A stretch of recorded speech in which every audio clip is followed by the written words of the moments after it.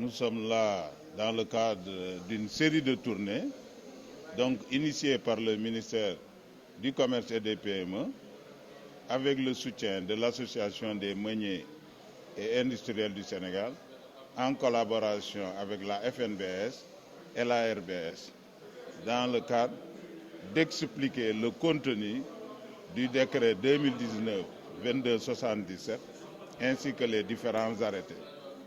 Donc ces textes visent l'assainissement du secteur de la boulangerie.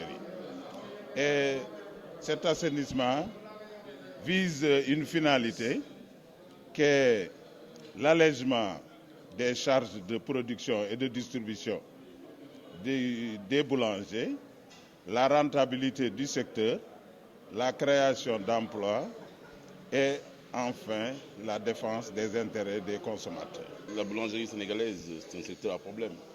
C'est un secteur à problème, ce qui fait que pendant un an, je dirais, on est en train de discuter pour mettre en place les textes.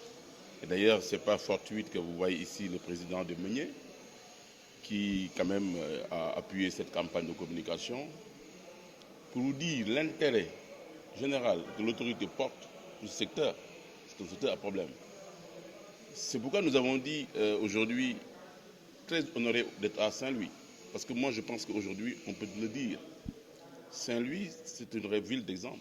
Dès l'instant que le décret, l'arrêté 11 322 a été signé, dès le 20 avril, le gouverneur de Saint-Louis a déjà signé son arrêté d'application.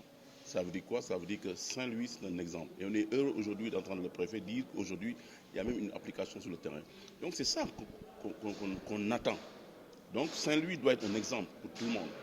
C'est ça qu'on attend des autorités. Et nous sommes vraiment très honorés aujourd'hui d'être là. Le problème est très simple. Vraiment, ça suffit. Ça suffit, parce que vous nous dites beaucoup de choses, les boulangers. Or, c'est pas nous. L'accès à la profession doit être régulé. Les boulangeries qui existent doivent se déclarer. Les conditions de transport du pain doivent être réglées. La vente du pain, exactement, c'est ça l'alimentation. On avait imploré à l'État un accompagnement.